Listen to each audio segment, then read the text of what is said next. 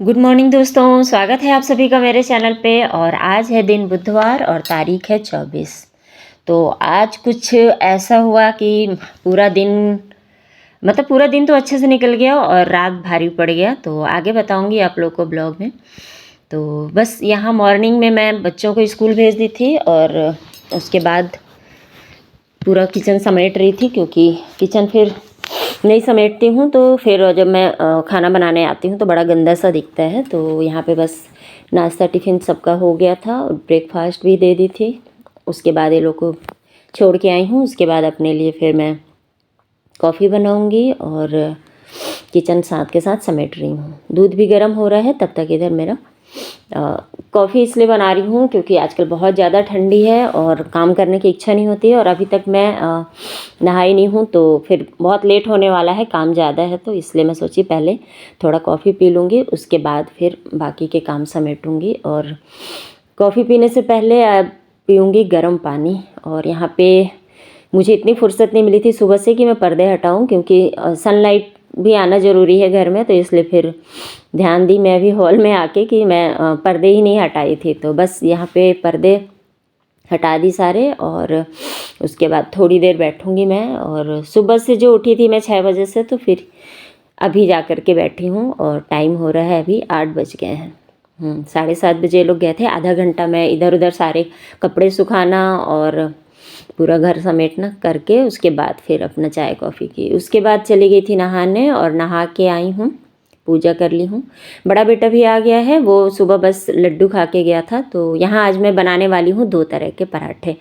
तो एक तो गाजर का पराठा रहेगा और एक खोए का। तो ये इस तरह से क्यों बना रही हूँ अभी बताती हूँ आपको मैं। सबके लिए ब्रेकफास्ट और लंच तो दोनों के लिए बना दी थी, पर आयुष के लिए बस ब्रेकफास्ट बनाई थी। तो वो भी आया तो उसे भूख लग गया था और टाइम हो गए थे 11। तो क्या करें करके क्या बनाएं ऐसा चल रहा था, क्योंकि खाना तो मैं बना लेती लेकिन फिर काफ़ी लेट हो जाता।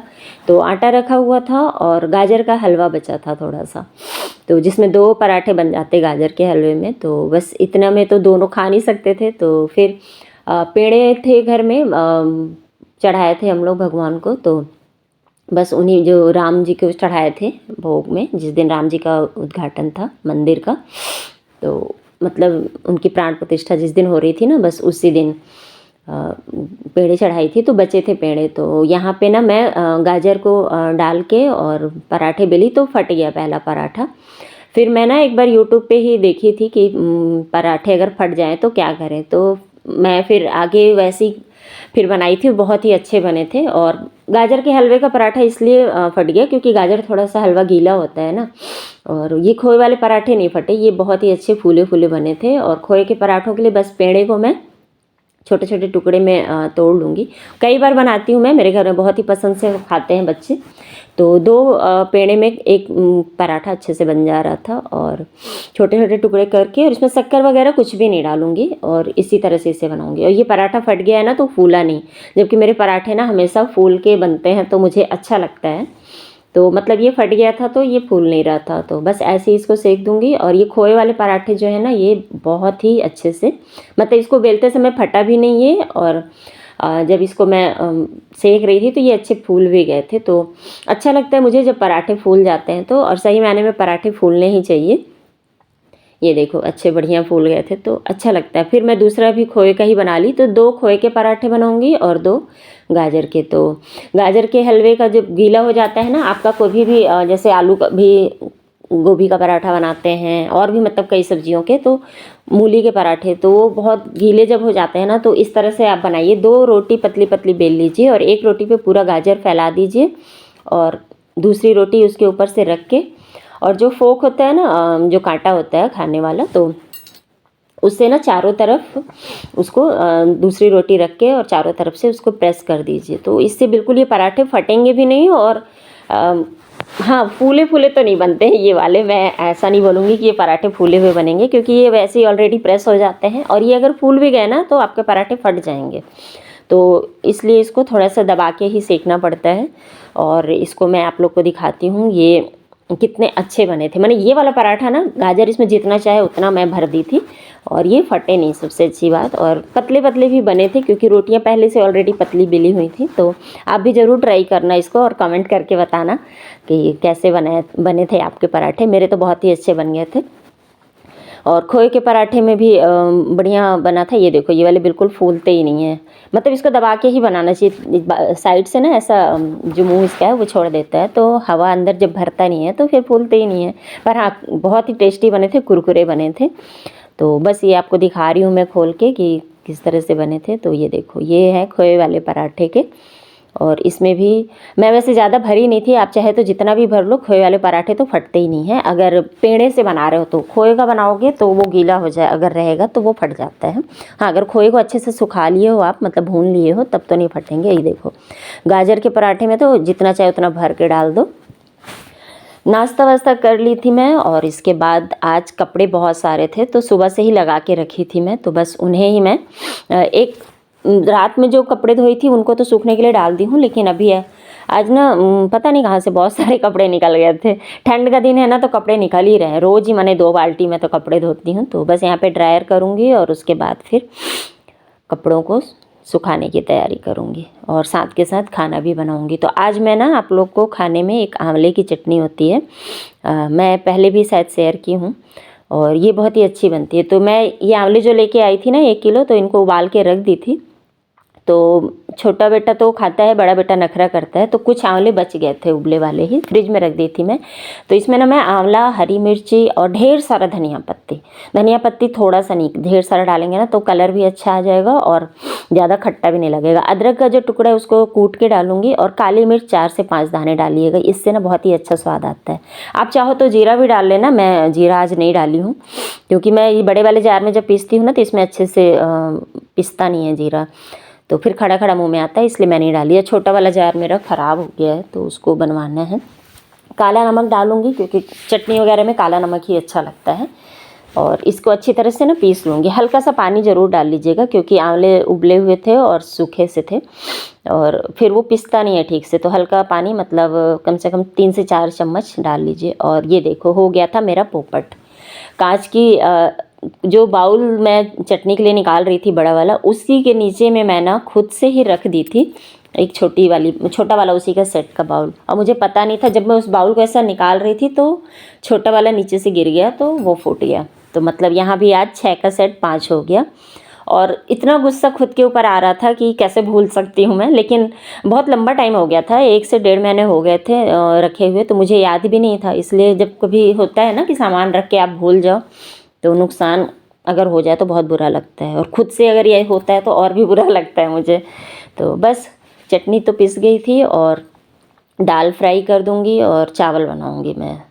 तो ज़्यादा कुछ तो नहीं था, पालक वाली ही दाल बनाई थी और पालक वाली दाल ठंड के दिनों में अच्छी भी लगती है और स्पेशली हस्बैंड जी को तो बहुत ही पसंद है। और यहाँ पे चावल रख दूँगी और चावल अभी ना इंडक्शन में ही रखूँगी क्योंकि मेरा जो बड़ा वाला कुकर है वो इंडक्शन से काम करता है, तो इसलिए उसी में रख दूँगी।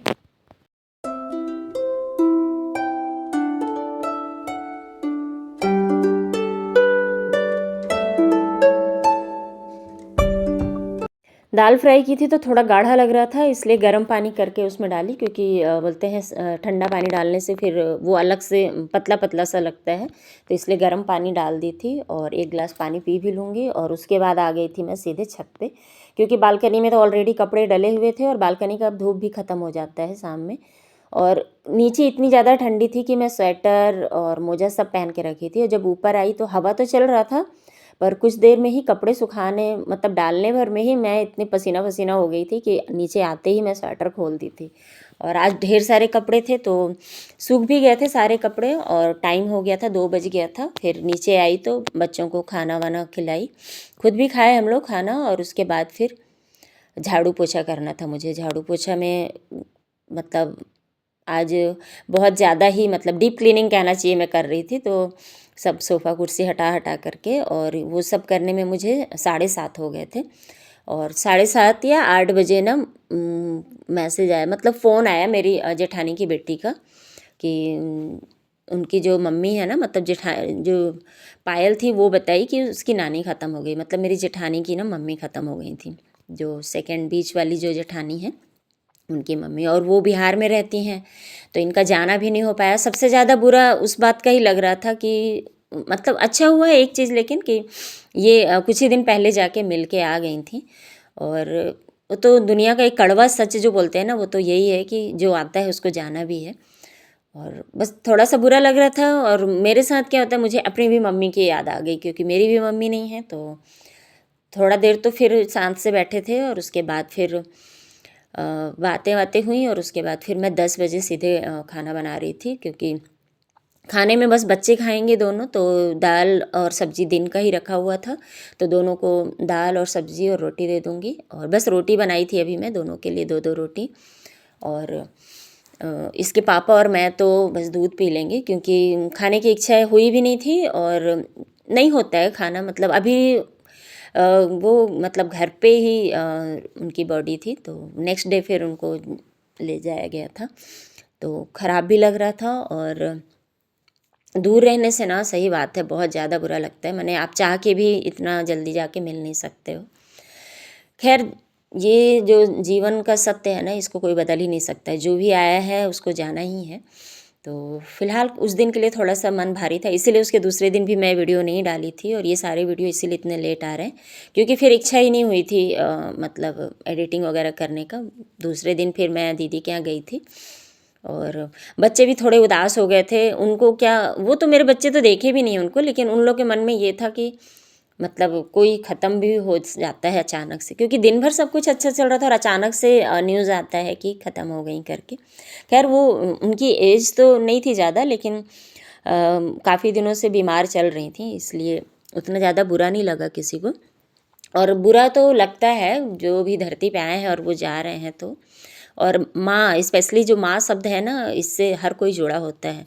तो आपकी माँ हो या मेरी माँ हो, मतलब किसी की भी माँ हो, अगर माँ जाती है तो वाकई में बहुत ज़्यादा, माता और पिता के जाने पे बहुत बुरा लगता है।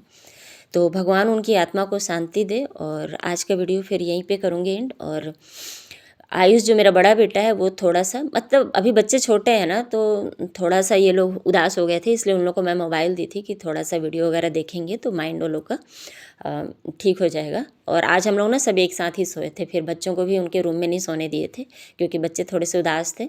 छोटा वाला तो बस मुझे ही मतलब देखे जा रहा था, उसे ऐसा लग रहा था कि मतलब मेरी मम्मी के साथ ऐसा कुछ ना हो। तो फिर उसको हम लोग समझाए, इसके पापा भी समझाए कि नहीं नहीं, सब कुछ नॉर्मल ही है, और हम लोग भी आए हैं तो जाना तो है। तो उन लोग को हम लोग समझा रहे थे यही बात को कि आज नहीं तो कल सभी को जाना है, लेकिन ये है कि समय से अगर जाए इंसान ना तो अच्छा लगता है, समय से पहले अगर कोई जाता है तो बहुत दुख लगता है। तो चलिए फिर अब आज का वीडियो यहीं पे करूँगी एंड। और चैनल पे अगर आप लोग नए हो तो प्लीज़ सब्सक्राइब कर लेना, वीडियो को लाइक कर देना, और फिर मिलूँगी नए वीडियो में। तब तक के लिए बाय बाय दोस्तों।